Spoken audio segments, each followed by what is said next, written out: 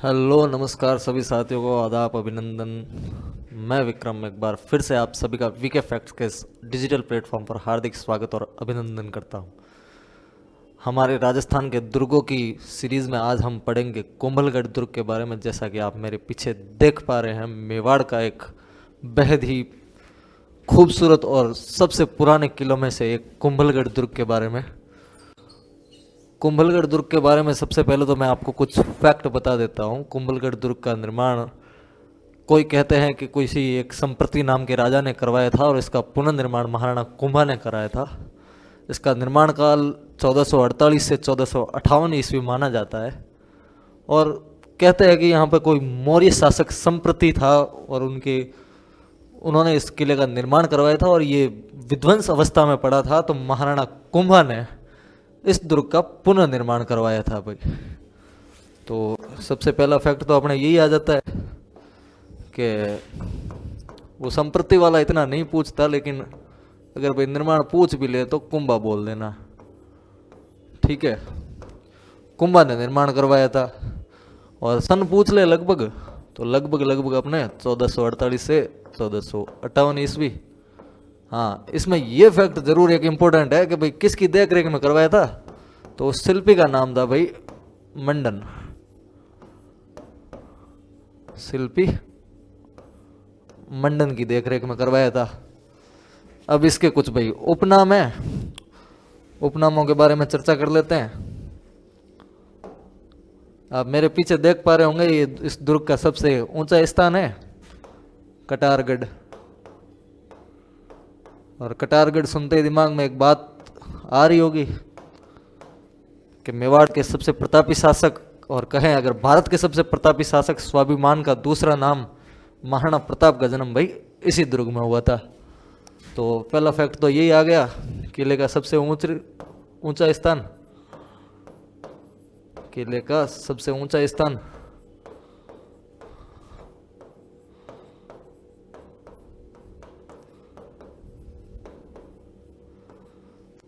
और दूसरी बात लिखे तो लिख दे, महाराणा प्रताप का जन्म इसी महल में हुआ था।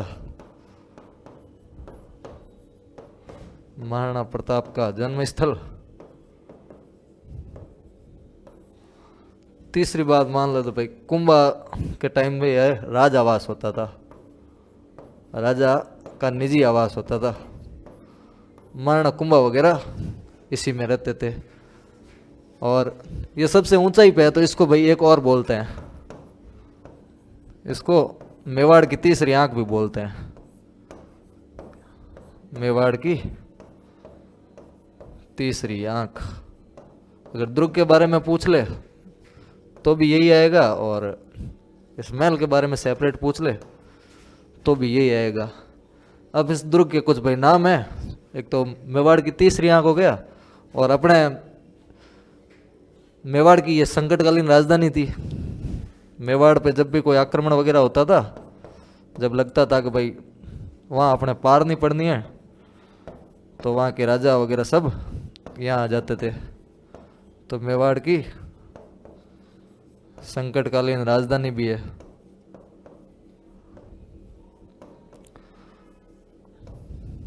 इसका एक नाम और मिलता है, मत्स्येंद्र।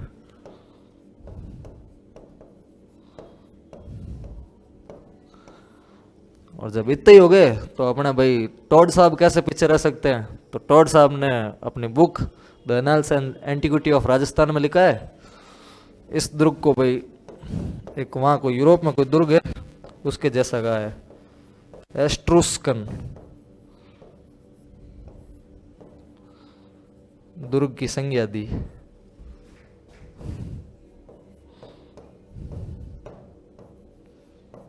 किसने दी? कर्नल जेम्स टॉड ने। तो ये तो भाई हो गए अपने कुंभल मेरू भी बोलते हैं वैसे इस दुर्ग को, ये तो हो गए इसके उपनाम। अब भाई इस दुर्ग को देखोगे ना तो चारों तरफ ये भाई अरावली से घिरा हुआ दिखेगा आपको, चारों तरफ अरावली की पहाड़ियों से घिरा हुआ है। तो भाई कहा जाता है कि अरावली की 13 ऊंची चोटियों से घिरा हुआ दुर्ग है। दूसरा बोले तो आप ये परकोटा देख रहे होंगे, ये परकोटा। तो कुछ बातें बता देते हैं इस दुर्ग की ऊंचाई के बारे में। अपने वही फजल साहब कहते हैं, अबुल फजल, कि अगर कोई व्यक्ति नीचे खड़ा होके इस दुर्ग को ऐसे ऊपर की तरफ देखे तो उसके सर की पगड़ी नीचे गिर जाए, इतना ऊंचा दुर्ग है। कि अगर कोई नीचे से खड़ा होके ऐसे ऊपर दुर्ग को देखे तो उसकी पगड़ी नीचे गिर जाए। और इसकी लंबाई की बात करें तो भाई ये 36 किलोमीटर लंबी है, 36 किलोमीटर लंबी है। और इसकी चौड़ाई अगर देखें तो कहा जाता है कि भाई 8 घुड़सवार एक साथ दौड़ सकते थे, 8 घुड़सवार एक साथ चल सकते थे।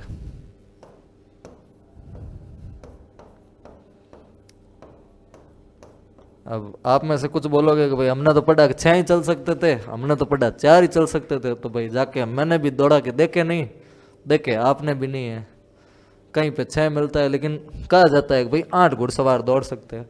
अब घोड़े पतले होंगे तो 8 दौड़ रहे होंगे, थोड़े मोटे होंगे तो 6 या 4 ही दौड़ रहे होंगे। तो उसमें अपना इतना दिमाग लगाना नहीं है। अगर चौड़ाई का सवाल आ जाए तो बस इतना ही लिखना है कि 8 घुड़सवार एक साथ दौड़ सकते थे।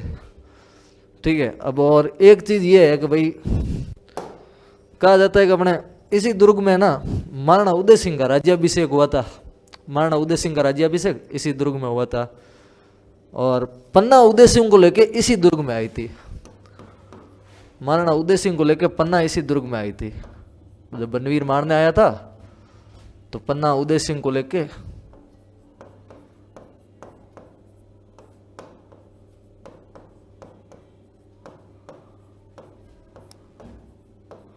उदय सिंह को लेकर इसी दुर्ग में आई थी।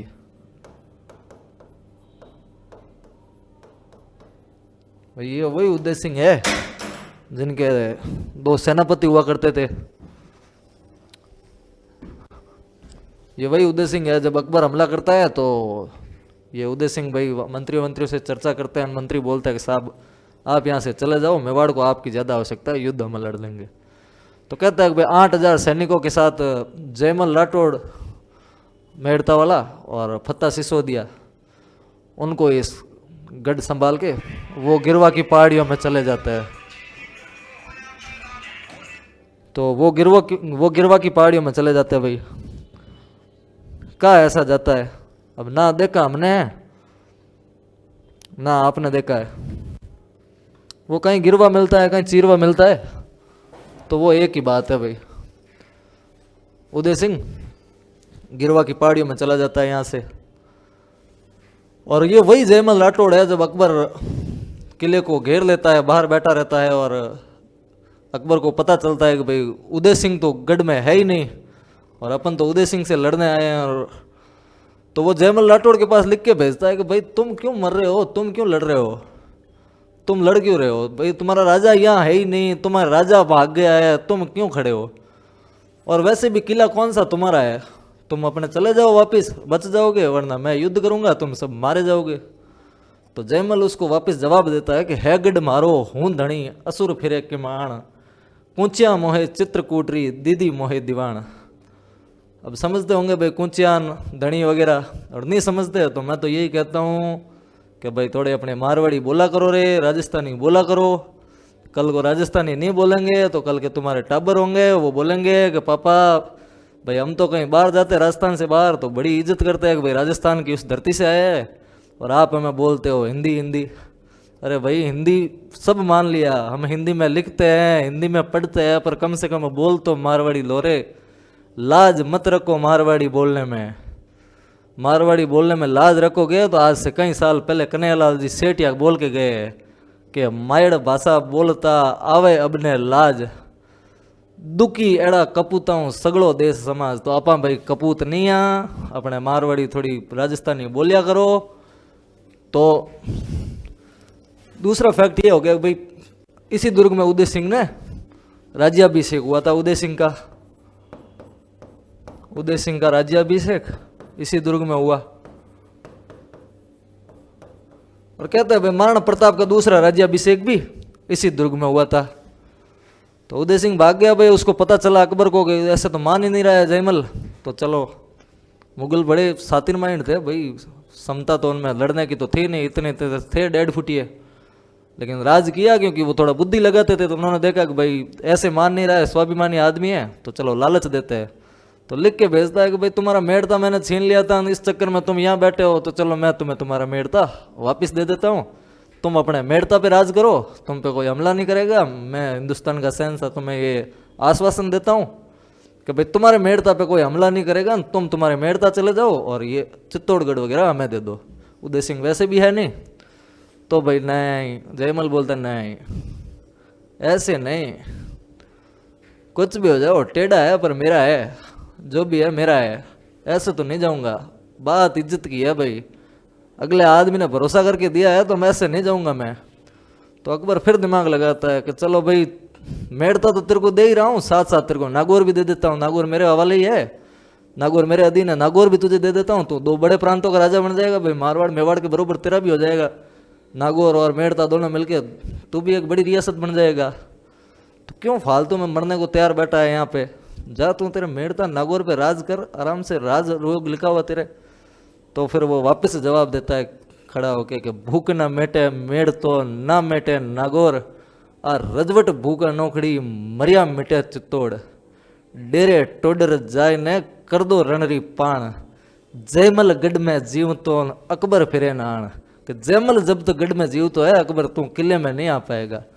तो भाई ये कुछ मेवाड़ के किलों के बारे में मैं बता रहा हूँ, राजस्थान के दुर्गों के बारे में बता रहा हूँ। तो आज थोड़ा कुंभलगढ़ दुर्ग के बारे में बताया, चलो कुंभलगढ़ दुर्ग के बारे में थोड़े बहुत कुछ फैक्ट लिखो। तो थोड़ा ये लिख दो भाई, दुर्ग में कुछ इमारतें हैं उनके बारे में लिख दो,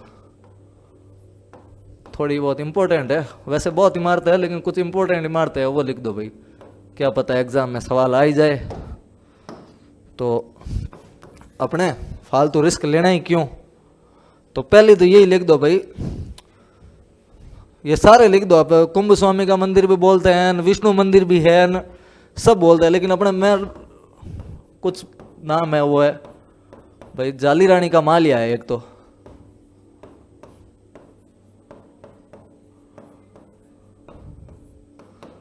ठीक है, जाली रानी का मालिया है, और एक जालीबाव बावड़ी भी है भाई, वो भी लिख दो, सवाल आ ही जाए। जालीबाव बावड़ी भी है, एक मामादेव तालाब है भाई, ये भी इंपॉर्टेंट है।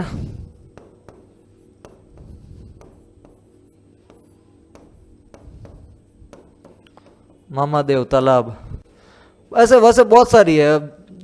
एक और इंपॉर्टेंट है भाई, आपने नाम सुना होगा उड़ना राजकुमार पृथ्वी सिंह का।